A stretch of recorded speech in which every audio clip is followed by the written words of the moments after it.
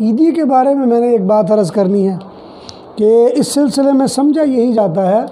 کہ شاید کسی ایک نے سبھی کو عیدی دینی ہے، حالانکہ یہ ایک ایسا عمل ہے، عیدی اصل میں ہدیے کی ایک قسم ہے، اور ہدیہ چاہیے ہر ایک دوسرے کو دے۔ اس کے لیے یہ نہیں ہے کہ صرف ایک ہی سے لیا جائے اور سارے اسی سے لیں، بلکہ ہر ایک کو چاہیے کہ وہ دوسرے کو دے۔ اور جو حدیث مبارکہ میں نبی علیہ السلام نے فرمایا تہادو تحابو، ہدیہ دیا کرو، اس سے محبت بڑھے گی۔ اس لیے کمانے والی اولاد کو چاہیے اپنے والدین کو دے، بڑوں کو چاہیے چھوٹوں کو دیں، اور کمانے والوں کو چاہیے نہ کمانے والوں کو دیں، صحت مندوں کو چاہیے بیماروں کو دیں، ہر ایک دوسرے کو دے۔ اور پھر اس ضمن میں جو عام طور پر دیکھنے میں آیا ہے کہ مساجد میں جب ہم عید پڑھنے جاتے ہیں تو عید پڑھنے کے بعد ایک دوسرے سے ملتے ملاتے مولوی صاحب کی بھی باری آ جاتی ہے ملنے کی، اور ہر بندے کی کوشش ہوتی ہے مولوی صاحب کو جپھی ڈالیں اور پھر گھر کا راستہ لے لیں، لیکن اس میں کبھی یہ نہیں سوچتے کہ مولوی صاحب کو بھی کوئی ہدیہ شدیہ دینا چاہیے کہ نہیں۔ اس لیے میں لطیفے کی ایک بات مجھے یاد آ گئی ہے، یہاں پاکستان میں ایک جگہ عید پڑھانے کا موقع بنا، تقریباً 3-3.5 ہزار لوگوں کا مجمع تھا۔ اب وہ جناب شوق سے بڑے بندے جپھیاں لگا رہے ہیں اور بالآخر وہ چلے گئے۔ بعد میں وہاں جہاں میں نے عید پڑھائی تو میزبانوں میں سے کسی نے پوچھا کہ حضرت کو عیدی شیدی بھی ہوئی کہ نہیں ہوئی، تو جواباً یہی کہنا پڑا کہ 3.5 جپھیوں کی عید ملی ہے مجھے، جس سے مولوی صاحب کی ظاہر بات پسلی میں بیچاروں کی ہل جائیں گی۔ اسی طرح امریکہ میں ایک جگہ عید پڑھانے کا موقع بنا تو تقریباً مجمع بہت بڑا تھا، کوئی 5,000 کے قریب لگ بھگ لوگ تھے، کوئی 1,500-2 ہزار عورتیں بھی تھیں، بڑا لمبا مجمع تھا۔ اور عید پڑھانے کے بعد وہ جپھیوں تو خیر میں نہیں اس وقت گن سکا، لیکن یہی ہوا کہ جپھیاں ڈال ڈول کے لوگ چلے گئے۔ اب وہ مولوی صاحب کی عادت ہی ہوتی ہے کہ وہ بیچارے بعد میں اپنی تھکاوٹ دور کرتے رہتے ہیں۔ تو اس لیے کوشش یہ کیا کریں کہ علماء جو دین والے ہیں، دین کی خدمت کرنے والے، ان کو بھی عیدی دیں، اور آپ جب ان سے سلام لیں کچھ نہ کچھ پیش کر دیں، اس سے آپ کا کمی کچھ نہیں ہوگی، اور انہوں نے آپ کے پیسے لے کر کوئی 2 نمبری نہیں کرنی، دین میں ہی لگے گا۔ اس لیے علماء کی خدمت کرنا اور نیک راستے میں نیک لوگوں پر لگانا یہ پسندیدہ کام ہے۔ اور حقیقت بات یہ کہ اگر آپ دیکھنا چاہیں آپ کی کمائی وہ نیک راستے پر زیادہ ہے یا بد راستے پر زیادہ ہے، یہ نشانی ہوگی اس بات کی کہ اللہ تعالیٰ آپ سے راضی ہے یا ناراض ہے۔ اگر تو آپ کی کمائی نیک لوگ نیکوں کے پاس زیادہ جا رہی ہے تو اس کا مطلب اللہ آپ سے راضی ہے، اور اگر آپ کی کمائی نیکوں کے پاس نہیں جا رہی، ادھر ادھر زیادہ جا رہی ہے، تو اس کا مطلب ہے آپ توبہ کریں، اللہ تعالیٰ آپ سے راضی نہیں ہے۔ حضور علیہ السلام کی بھی سنت تھی، جب کسی کے ہاں کوئی دعوت کھاتے اور جب کسی جگہ جا کے مطلب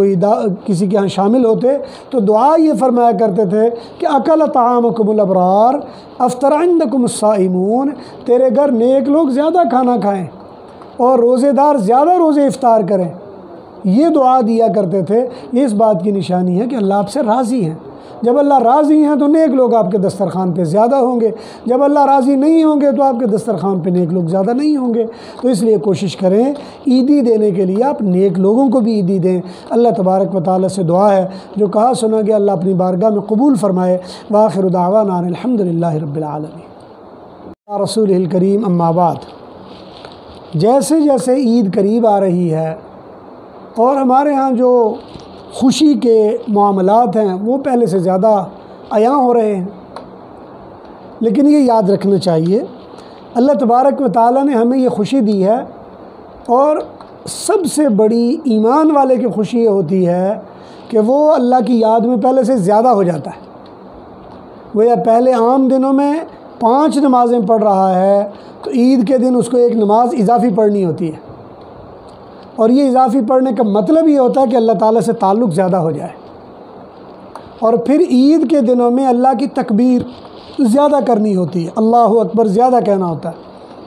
تکبیر عام طور پر جو عید کے ایام میں اللہ اکبر لا الہ الا اللہ اللہ اکبر وللہ الحمد، اس کا کثرت سے اعادہ ہوتا ہے۔ عید کی نماز کے لیے مسنون تو یہ ہے، عید الفطر کی نماز کے لیے مسنون تو یہ ہے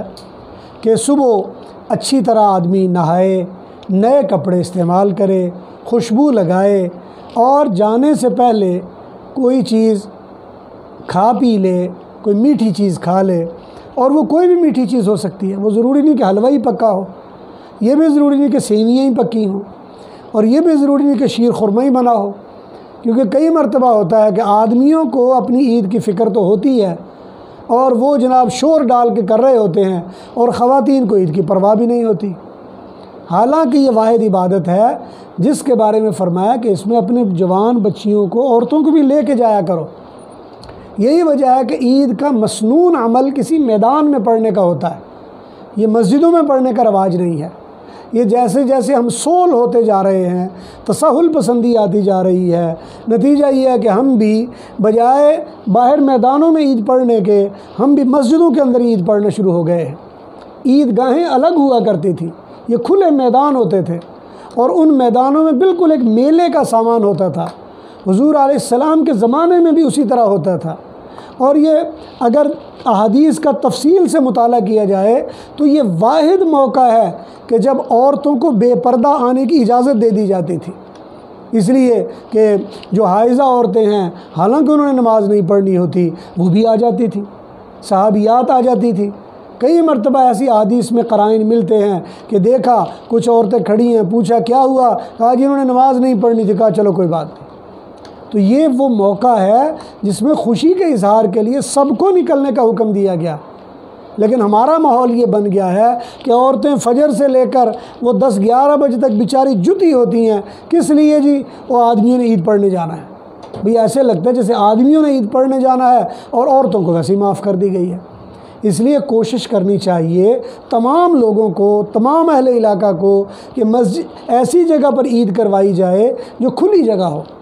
اور پھر اس میں الگ پارٹیشن کر دی جائے، عورتوں کا حصہ بنا دیا جائے، آدمیوں کا بنا دیا جائے۔ اور شریعت چاہتی یہ ہے کہ عید ایسے انداز میں منائی جائے جیسے آج کل عام طور پر میلے ہوتے ہیں، جہاں عید پڑھنی ہے وہاں کچھ کھیل کود کا سامان بھی ہو، کھانے پینے کا سامان بھی ہو، اور دوسرا پورا پکنک کا ماحول بنا ہوا ہو۔ مقصد شریعت کا یہ ہے کہ ایسے انداز میں عید کو منایا جائے۔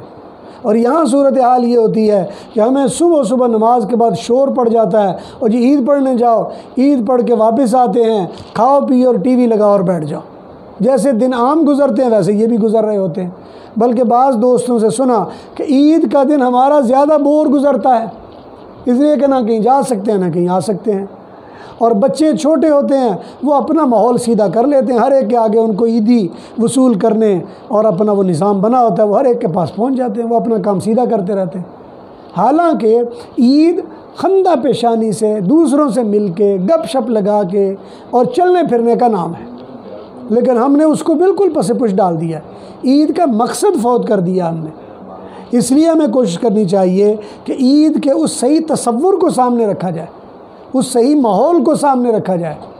اور عید کا جو اصل منشا ہے اس کو سامنے رکھا جائے۔